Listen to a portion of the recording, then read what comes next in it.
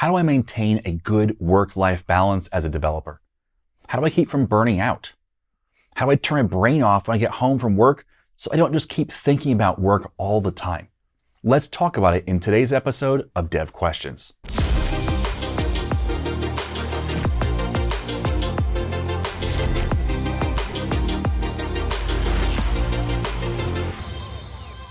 Software development is more than just writing code. So let's talk about the rest of it. Specifically, let's talk about work-life balance. Now, the work-life balance is a difficult thing to maintain. It's especially difficult in the tech industry where the expectation is that you're always on, you're always available. But it's important to maintain a good balance. Now, the key to remember is that work-life balance does not mean only working 40 hours per week or only doing development at work. It's about identifying how to be intentional about how you choose to spend your time and making sure you don't let work take over your time. That means that sometimes you may work at a job that requires 50 hours a week or 60 hours a week, or maybe it's going to fluctuate sometimes. You can still have a good work-life balance inside of that fluctuation. Now, I've worked some of my career in times when I've had a great work-life balance. There's even been times where I was really overloaded and still had a good balance. For example, when I was working as an IT director, I was working 50 hours a week or so, and I was also going to school full-time online. That took a lot of time, but yet I was still able to spend time with my wife and kids and dedicate time appropriately to balance things out. Now, that was a lot, and it was only for a season because I couldn't do that forever, but I could still maintain some level of balance there. Now, I've also had times in my life where I was single. I only had one job and I still had a poor work-life balance. So it's not just about, oh, I need a different job. That can be the case, but there's more to it than just saying, well, I have to have a job that's only Monday through Friday, 9 to 5. Okay, so let's talk about having a good work-life balance. Number one, set boundaries. Now, when you get hired at a job, and you may have been in this job for a while, so you may have to kind of do some catch-up work here, but your job says, here's some expectations for you. We expect you to, let's just say, we expect you to work 9 to 5 Monday through Friday. Great. But then your boss comes to you and says, hey, would you mind, we've got this thing to do on Saturday for deployment. Would you go ahead and do that? Not a problem. Happy to help, happy to be part of the team. And, this is part of the job, right? So you spend 4 hours on a Saturday doing a deployment. Not a problem. But then your boss asks you again the next month. And then it becomes an expectation that every month you'll spend 4 hours on a Saturday doing deployments. And before you know it, your job is no longer Monday through Friday. It's actually Monday through Saturday. And sure, Saturday's only a half day, but what happened there? Well, what happened was you didn't set a good boundary. So when your boss comes to you and says, hey, can you help out? Maybe the first time you do, but your boss asks you again and say, listen, let's talk about how to balance this out. Maybe, I should come in, half a day late on Monday. Or maybe every other Monday I take off because I work on Saturdays. Something like that where you start working through what it means to balance that scale out. Because otherwise what happens is you teach your boss that they can continue to ask for more and more and more and continue to rely on you to do those things without paying anymore, without anything coming back to you. So don't get into a bad habit. Don't accidentally do the nice person thing and end up in a place where you're like, oh, now it's a problem. Because if you go too far down the road, it's going to be a harder conversation. And that may be where you're at. And I would encourage you to still have that conversation. But it's going to be a bit harder because now your boss relies on you doing that extra work. And so you say, hey, I would like to have some reciprocation here. I'd like to have some balance here. So when you ask me to do extra, you also give me extra in some way. That's a harder sell when your boss relies on it, your boss expects it. So set boundaries, especially early on, and say, hey, we talked about this and you're starting to change that. Let's talk about how we can make some adjustments. Maybe it's working through lunch where, I've been guilty of this, where I get so engrossed in a problem that I'll be like, well, I'll grab my sandwich, but I'm going to eat at my desk and just keep working, and that can be okay. But what can happen is it starts to become an expectation. Or maybe your coworkers all stay late because they feel like they have to get their stuff done. And so you start to feel a pressure to do that with them. Be careful, set your boundaries. And sometimes that means saying, hey, I'm going to go home because it's 5:00. And there may be some pressure to say, hey, but we're sticking around. And you got to navigate what the balance is there, because you may actually be helping them out to give them some agency to say, oh, wait, I don't have to stay till 6 every night. Or you may be putting yourself outside of the good employee circle, and you have to figure out how to navigate that. Have a conversation with your boss about it and say, listen, this is what it looks like. It looks like you're asking me to work till 6. And they say, no, we're not asking you to do that. And say, would you be unhappy with me if I left at 5 then? And have that conversation. So set boundaries. The earlier you can set those boundaries, the better off you'll be long term. But wherever you are in that process, work to set those boundaries. Number 2 is have a transition routine for to and from work. So for me, I had, some jobs where I had to travel for a while. And what I would do is I would listen to a audiobook or a podcast. And what that would do is it would kind of reset my brain where I didn't have to think as much. And I was just listening and going along with, the story or with the podcast host and their conversation. And so what it would do is it would reset my brain. So if I'm, at home and I'm driving into work, well, it resets my brain from thinking about, oh, I need to fix that leaky faucet and, oh, I need to do this at home or that at home and I need to schedule this activity and all the rest. You kind of reset your brain and you can more easily get into work mode.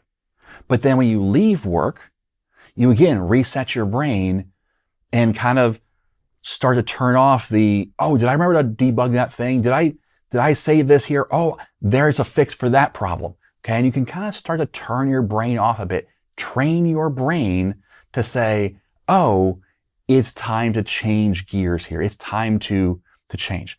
And so a commute can actually be really helpful for that, which is why work from home has been a struggle for some people, because it then blends between your personal life and your work life, where maybe even your office is in your house or in your bedroom or in your kitchen, where it's right there. And so those two things mix together, and that can be hard. So you have to figure out a different way to have that transition plan. So whether that is, I've heard some people say they get up and they walk around the house and then back in. It's in their mind saying, okay, I am changing my brain. I'm turning over from work to home or from home to work. That can be helpful. Or it can be helpful to do certain tasks to kind of just think through and say, how am I going to turn my brain off? Whatever it is, have that routine for the transition from work to home and from home to work. Number 3 is schedule your off time. So when you're at work, you probably have a calendar and you probably have a bunch of things on that calendar. The more frustrating your office environment is, probably the more meetings you have. But when you get home, you often just have this big blank spot and it's just home. But what happens is the same thing that happens with your money. If you just say, let's spend money until I don't have any money anymore, well, your money's going to disappear and you're not going to be sure why. But if you budget it, you know where all your dollars go, well, then you can know, okay, I need to spend only this much money on, streaming services because I have to also buy food. And you kind of schedule it out. Well, the same thing is true with your time. If you just have this blank on your calendar that is anything off of work is just blank, well, then you're going to spend your time in the same way you would spend your money if you didn't have a budget. So schedule your off time, or at least have a time budget. So I understand life is crazy I raised kids and, things like going to soccer practice and having school events and having friends over and going to, different things in the community. Well, those things aren't necessarily always at the same time. And so your life gets a bit chaotic and you feel like you don't have control over set things. That's okay. But what you should do is work on a time budget. So I have, friends that they go from one athletic event to the next for their kids over and over and over again. And they say, I don't know where my time goes. Well, I do. You're spending all your time at athletic events.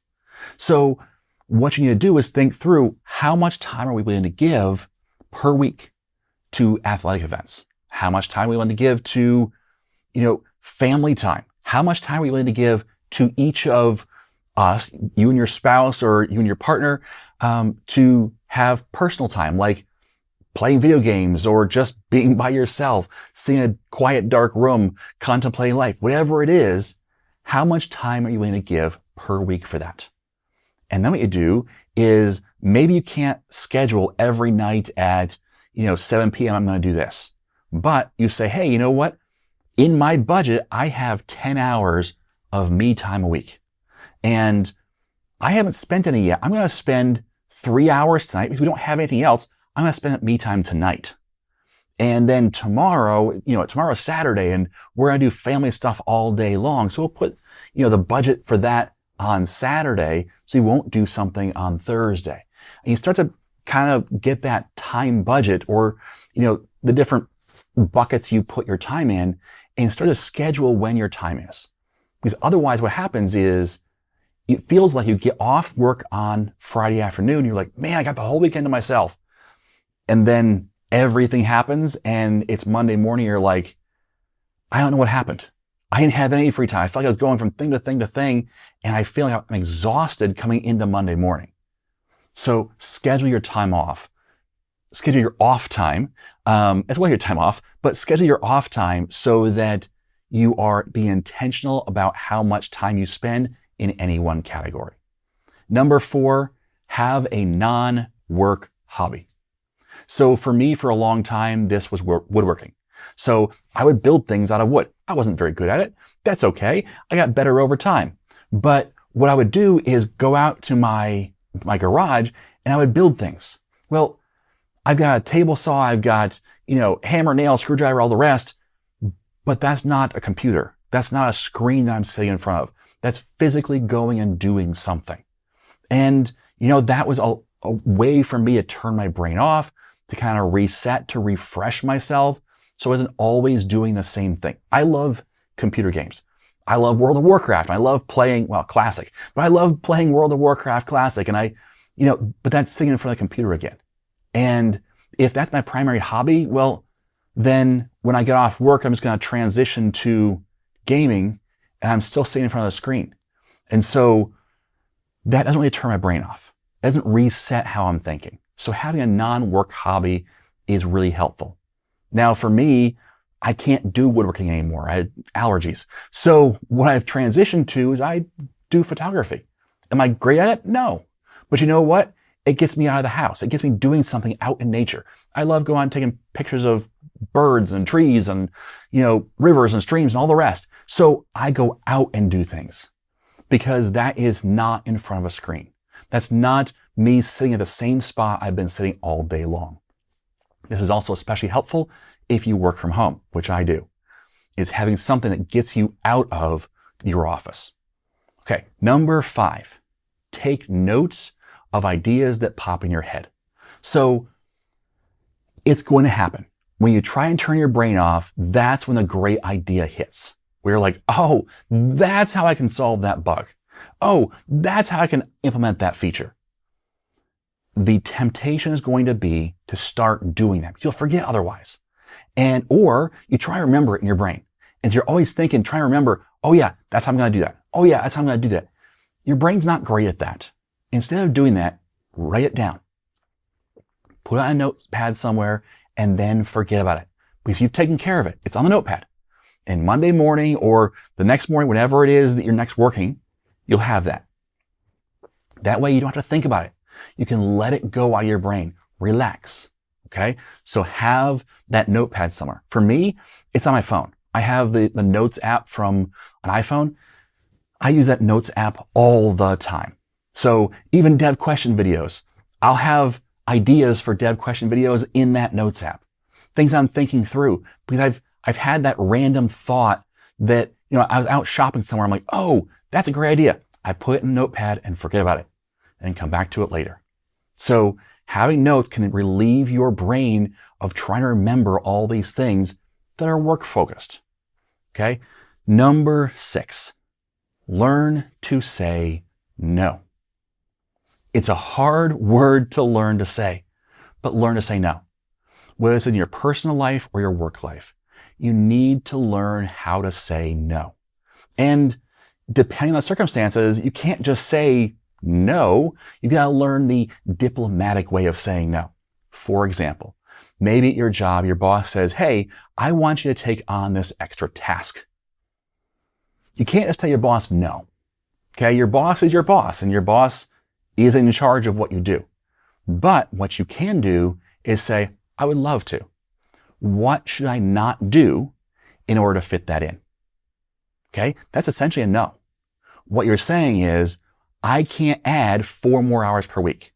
So let's take 4 hours out of the schedule in order to put that thing in. You get to prioritize what I do. Not a problem. I appreciate that. But let's work through together what I should say no to. Let your boss help with that. Okay? In your personal life, you don't have to do every kid's event.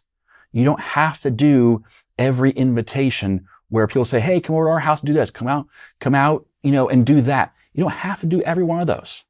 You can take time to say, you know what? I think we need just a family night. I think we just need a me night. I think we need to have a quiet weekend. So learning to say no effectively is really important to hitting a good balance. If you can't say no, you're going to get run over. So learn to say no well and up front. Because the other thing that happens is if your boss comes to you and says, hey, I want you to do this extra thing. Well, if you don't have time to do everything, what you're going to do is eventually say no. But the way you're going to say no is, I couldn't get it done. I failed. So now the no is your problem. It's your failure. So instead of making it your failure, early on, have a conversation about, I can't do both. So one of these is going to get dropped. How do you want to deal with that? Okay, so learn to say no effectively. So the overall idea here is to be intentional about your time. You can't just let life happen to you. You have to make choices about how you spend your time. Otherwise, it just slips away and you get burned out and exhausted. All right? So make good choices about your time. Thanks for listening. And as always, I am Tim Corey.